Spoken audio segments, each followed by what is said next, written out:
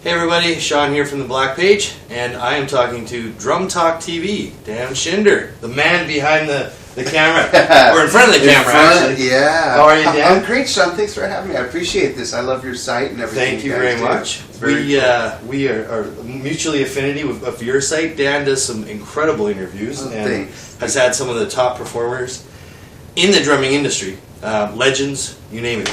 So we're here in Las Vegas, Dan's hometown, where all the magic happens. Yeah. Dan, how did you discover drumming? How did you get started? I started when I was 7. Okay. But I had older cousins, and one of them was, in particular, was 7 years older than I was, and he played the drums. And I told my parents, I want to play the drums, and you know, they didn't do anything about it yet. But I think what helped was, and I don't remember this happening, but when my mother was alive, she used to remind me all the time of this story that a guy came to the front door and was selling accordion lessons. And my parents said, you know, no thank you. And when they closed the door, I jumped up and down crying and screaming, saying, I'm going to miss my chance, I'm going to miss my chance. Right. Now, if I started playing drums at 7, I must have been like 6.5, so I have no idea what the hell I thought missing a chance of what. I have no idea what was going through my head, but I think my parents realized at that time that maybe we should let them start in music, and they were crazy enough to start me with drum lessons and a drum kit when I was 7 years old. I'm 51 and a half now, so I'm kind of getting it figured out a little bit, and I love it. I love it. I really do. Who inspired you growing up as far as drummers? Who was your... John Bonham, Ian Pace, Buddy Rich.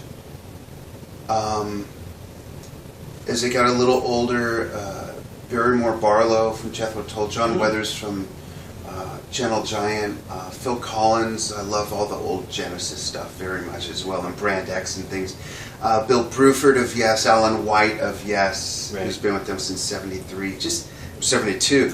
It's so many, but those are like the Carl Palmer. Yeah. You know, a lot of the dinosaur rock music and progressive rock is still stuff that and Neil Peart, you know, still people I go see still and still listen to. I don't listen to a lot of new stuff unless it's going to be an artist that we're going to interview, and then of course I'll want to get from. That's how I get turned on to new music. Yes. Or by my kids sometimes, who all like different music. But one of my daughters turned me on to Mars Volta about 6-7 years ago, and I don't know. I'm real stuck in my ways when it comes to music, which I don't recommend to people, which is weird. But I love what I love. But what I have discovered is I love going on YouTube and doing two things: looking at newer drummers and bands who are out. When I say newer, I mean like the last 10 or 12 years. Right. But I love watching all the stuff that I couldn't see when I was a kid. All the videos of Papa Joe Jones and Max Roach and Gene Krupa and Buddy and I just interviewed Kathy Rich and Greg Potter, and in researching what video did I want to talk about of Buddy's, you know, I was reminded, you know, digging through stuff, and there's so much stuff out there, and we live in such a great time where we can find it. We have access to it. For the first time in history, I mean, I think, like, the other day I was on Facebook, and someone had posted a video of Sanford Moeller actually explaining the stroke, and now it's a very old film, and it doesn't look very good, but I thought, wow, that's incredible. Like, for the first time in history, we can actually... Everyone has access to that image of him actually doing it, which I thought was an incredible tool. Which, you know, sort of leads me into my next. How did you get Drum Talk TV started, and why the? I mean, you get a lot of websites that do, you know, they reviews, they do articles, but you do all interviews, which I think is really unique and creative, and you're very good at it. Oh, I might add. Thank you. How did you get it started? When I think about how I got it started, I laugh because I don't know how I didn't get it started 5 or 10 years ago. As this is being recorded, it's October 15th? Yes. We've been around 21 months and 2 weeks. Wow. And we're reaching 30 million people a week. Stunning. It's just crazy. And what happened was, I'll try to encapsulate this story a little bit. I had a video production company, and I was doing like corporate videos. I was doing marketing, promotion, training videos, sales videos, some documentaries and some things like that. I had an opportunity with a couple clients to go to Australia, and I went there, worked there for a while. My wife went with me for a little while, who is an artist, not a musical artist, but a visual arts and a bit of performing arts as well. Gotcha. And she came back home ahead of me, and I stayed and worked there for quite a while. I kept getting a little bit more work. And when I came back, I told her, well, when I came back, I took care of my father, who was dying for the last 16 weeks of his life. I was his caregiver. I lived at my sister's house doing that here in town. And when I came home, I said, I don't want to have big clients anymore. I don't want to work 12-hour days anymore. Be careful what you ask for, and I'll get to that in a minute. So I told my wife, I said, why don't I just work for you? And let me do all your marketing and promoting and all that. We did that for a little while, and I think she started to feel a little smothered. Because she said, you need to find something for you. She was saying, the bubble above her head said, you need to find someone else to go play with. Get out of the house. Yeah. And I said, this is what I want to do. She says, no, you need to follow a passion. What's your passion? And for the first time in my life, I was like, this was 2.5 years ago. I really didn't know what to do. And she said, why don't you give drum lessons again? The moment she said that, I realized I know how to do video production. I'm pretty good with social media. I know how to stream if I wanted to do that, and I ended up not doing it. Right. I know how to teach. Yep. I'm a trained speaker, and I'm actually certified to train people to be speakers. And so I put all that together, and immediately I thought of something called Dan's Drum Clinics. Oh. So I thought of doing online drum lessons, and I started this platform, and I did it for about 6-7 months. And then I was going down to San Diego to visit my sons one day. I said to my wife as I was leaving, I said, oh yeah, and I'm going to stop in Temecula and interview David and Danny. And she says, what do you mean interview? And so I just have this idea that not all drum lessons happen at a drum kit or behind a practice pad, but just with discussion. And her face got real bright, and she said, that is going to put you back on the map. I said, no, you're crazy. It's all about the drum lessons, man.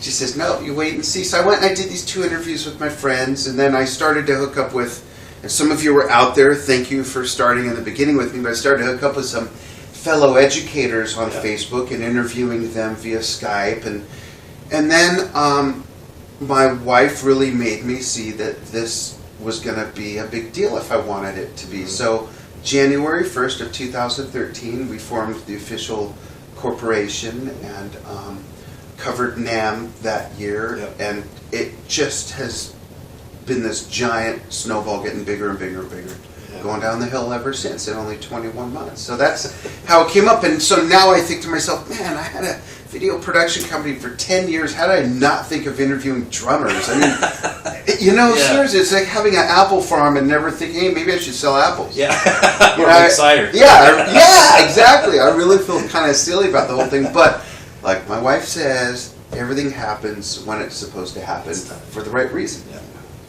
So that's in a nutshell the story. Yeah, I would imagine, I mean, just knowing from my end of things what it takes to keep the magazine going, Black Page going, that Drum Talk TV would encompass a lot of your life. Like you said, careful what you wish for. Yeah, because I don't work 12 hours a day anymore. I work 18 or 20, and it's every day, 7 days a week. And I'm not complaining. I mean, I love it. I don't believe anybody should do anything they don't love doing. We all need to do what we need to get by and survive at certain points in our life, but when you can break through and do what you love so much, you're happier, you feel better, I mean, there's so many reasons. It's corny for me to even go through the list, but you also, it's what you do best. I think we all do what we love best. And it is all-encompassing, and I've got a wonderful partner. I've got to mention Lori Shoup. Lori has just been amazing. Drum Talk TV would not be what it is or where it is without Lori. She's just been amazing. Like they say, if you ever see a turtle on a fence post, you know you help. That's me. Right? And my wife, for my wife's sake, they say behind every great man is a woman rolling her eyes. That's my wife. Not that I'm a great man, but she's definitely. But she's been just amazing support. And when you surround yourself with like-minded people, that want to get somewhere, that are positive, that do support you and don't find ways that it won't work because they can't imagine themselves as entrepreneurs or, whatever the case may be. Yeah. You've always got to take inventory of that, I believe, because you are the sum of we're the sum of who we surround ourselves with. Exactly. Yeah, that's true. So that's why I love dishing out credit to everyone that's ever helped Drum Talk TV, all our guests, the fans on Facebook, on our website. I mean, it's a collective effort in so many ways, and I still have my finger on the pulse of our social media because I love being part of that conversation. Right. Literally, I'm a member of the community that we cater to, so I have just as much fun with the conversations and sometimes the arguments and all that as much as anybody else. However, on that note, I do want to point out that there is something. I like to think it's an anomaly that happens in social media, at least on our Facebook page, where I'm always disheartened by the amount of people that have negative comments about other people. Yeah. Because I don't understand that. Right. And it has nothing to do with who's good, who's better, who sucks, or no one sucks. You either like it or you don't. Just like food, just like a painting. Yeah. It's the all comfort of this chair. Perception. Yeah. And that's the one thing that bugs me. We do not foster that sort of behavior. We do not encourage it. Yeah. Does it happen on our page? Yes. We can only police it so far. And it's, our thing is this. You are welcome to have whatever opinion you want. Mm-hmm. You can voice your opinion. We just ask that there not be such negative attitude and language in it. Yeah. I think, even in a conversation with Carmine Appice one time, I know that their history between him and Buddy when he challenged him to a drum battle and all that. And Buddy sort of wasn't, negative about it, but the comments that I heard that he made weren't derogatory. He was obviously not a fan of his, but didn't, there was almost like a unspoken kind of, brotherhood, sisterhood back then where, yes, I can be critical of you. But the respect's always there. Exactly. You're still my equal. You're still, I'm not. And as far as I know from what Carmine had said, and they later patched everything up and everything was fine, but Carmine even said, even in the sort of the argument phase, so Buddy was never condescending. He wasn't, didn't think he was better than me or anything like that. Yeah. It was just, even his comments about rock and roll, he just, he wasn't. And you're right. I think with social media, we've almost taken it to the point of anyone can be online now. Anyone can upload to YouTube. So it's allowed more people a forum to be recognized. And I think, obviously, Mike Johnson had one of the best things. He said, when you said no one sucked, he said no one sucks. Everyone's just at a different timeline. There's that too, absolutely. And we all have different tastes. Yeah, for sure. I don't particularly follow Barbra Streisand. I don't have any of Barbara's records, but for me to say she sucks would just be ludicrous. She's an amazing artist. It's just not what I listen to. And I think everybody's art form is like that. And if it's someone, we do post stuff of unknown people. Sure. Just for fun, like check out so-and-so's warm-up. Or check out and it amazes me how many people suddenly are perfect and know absolutely everything. Everyone turns into a teenager at that point. and puts on their lab coats and they want to dissect. And it's like, that's not what our page is about. I don't want to chase our fans away, but there's a certain amount of people that just, I think they're probably like that everywhere. They're like that at dinner. They're like that at home. They're like that in line at the bank. Sure. But that aside, I love being dialed into what our audience has to say and the literal conversations we have with them. We love asking our audience all kinds of things that we learned from, that I learned from as a person and as a drummer, but we find artists through that. Yes. We talked about April Samuels a moment ago. Yes, that's right. I found out about April Samuels in the very beginning of Drum Talk TV, I put up a picture of a female drummer and said, who are some female drummers you'd like to see interviews of? Yes. And there were certain names that came up over and over in that post, and one of them was April Samuels, so I checked her out, and I saw that she played Silver Fox drumsticks. Yeah. I knew the artist relations person over at Silver Fox at the time. Yeah. And I said, hey, do you think you can maybe make an introduction? He introduced us, and April and I are such best of friends now. I mean, we're so close. And last year we covered, she allowed me to be the MC. She invited me to be the MC of her biggest breast cancer fundraising event. For those of you who don't know, April is a survivor of triple negative breast cancer of only 3 years now. Yeah. And she formed a nonprofit foundation called Breast Cancer Can Stick It. She's in a band called Metal Shop Dallas, so it's an 80s hair metal band. And so we just released yesterday the documentary of that whole show and everything. We had Troy Lucetta of Tesla, Jimmy DeAnda of Lynch Mob and Bullet Boys as special guests as well. And the next event, we're doing that again this Saturday. Wonderful. And that's in Corpus Christi, Texas. Now, by the time you see this, it will have happened. But if you go to drumtalktv.com, and you'll see April's artist page, click on that, and you'll see not only her first interview, but also the documentary on the show from last year. And to help in the fight against breast cancer, anyone can contribute at any time through links on that page. And she has a wonderful Breast Cancer Can Stick It. She just actually got her okay, or what do you call it when she gets an official... Oh, she's officially a 501(c) nonprofit now. So you can donate online or however you'd like. Yeah, and the life...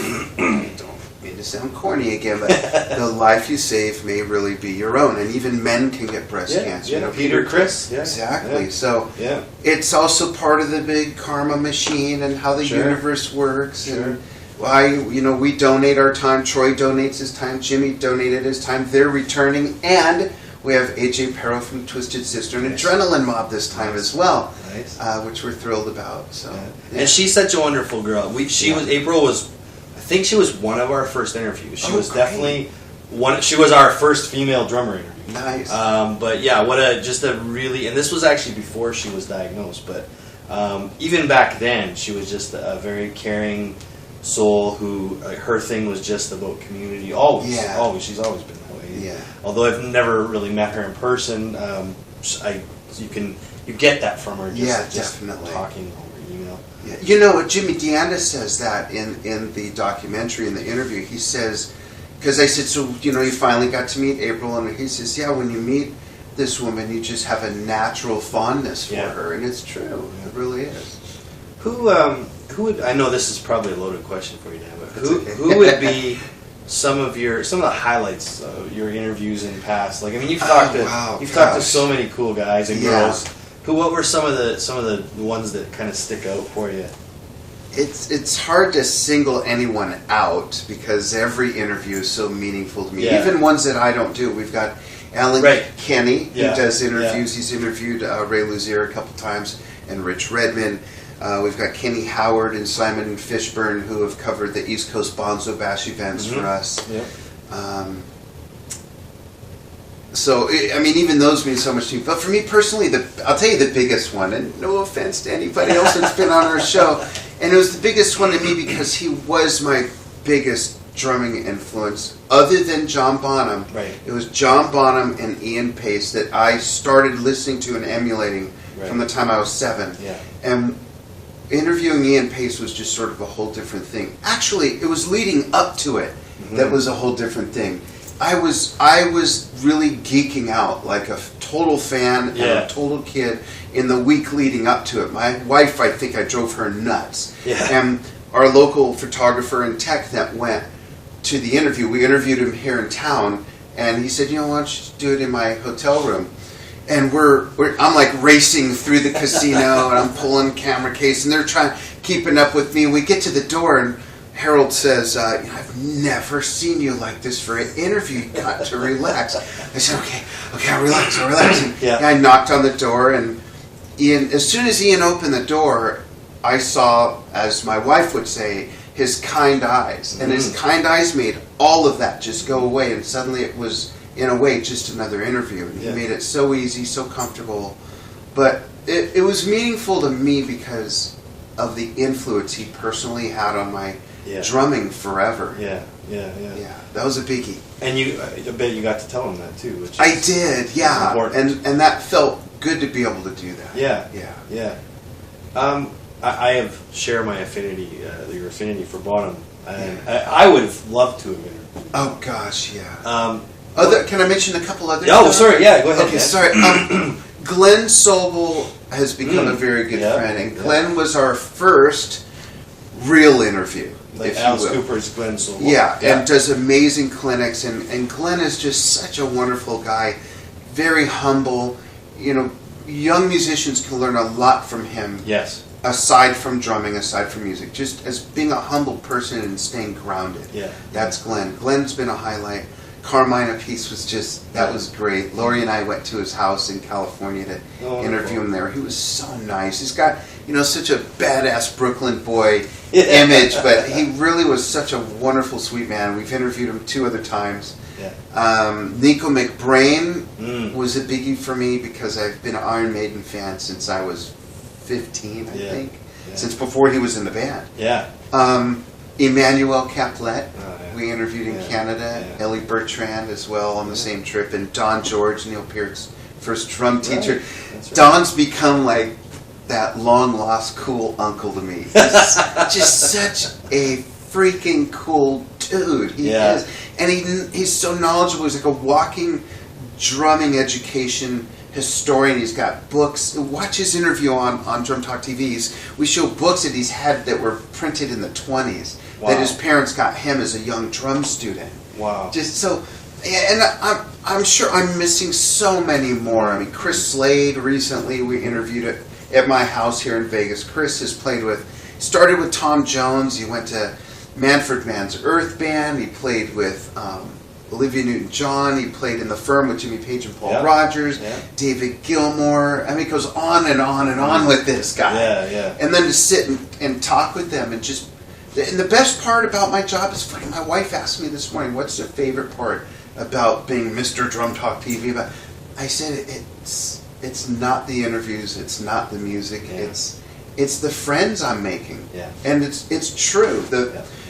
No one's been disappointed yet on our staff or myself or my wife. It's like, drummers are just the best people in the world, For sure. Even if they pop off on social media a little bit. But, those are some of the ones that just stick out. But I've never done an interview where I thought, I don't know if I want to publish that, or because every single interview's been so meaningful for its own reasons. And we interview people that do recording sessions, performers, the Prodigy series. We've got some young kids interviews coming out. The stuff we do with the makers of wonderful drum gear and accessories, fellow educators. There's so many different categories, and we're going to be expanding that soon. We want to do a lot of interviews with folks from DCI, all the marching band, drum corps culture, all of that. Yeah. So it's, we try to widen our net as much as we can to live up to the name, Drum Talk TV.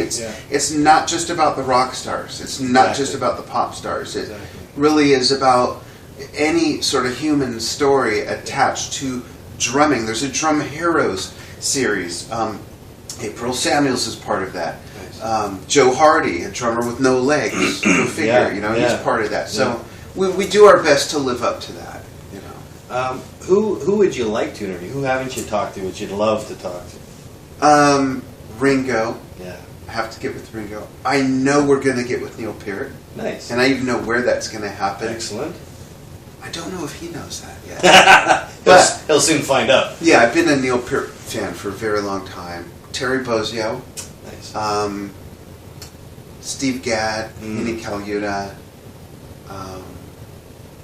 Again, I don't want to miss anybody, but those are some of the real personal biggies to me. Yeah. And they're also, and this isn't the reason I want to interview them, but they're also drummers that, if you're going to do what we do, you have to interview them. Yeah. Or you just kind of, we would look dumb if we never interviewed them, or at least tried to. Yeah, exactly. Yeah. Nick Mason of Pink Floyd, I'm such a huge fan of him. Barrymore Barlow, I really would like to get on. Yeah.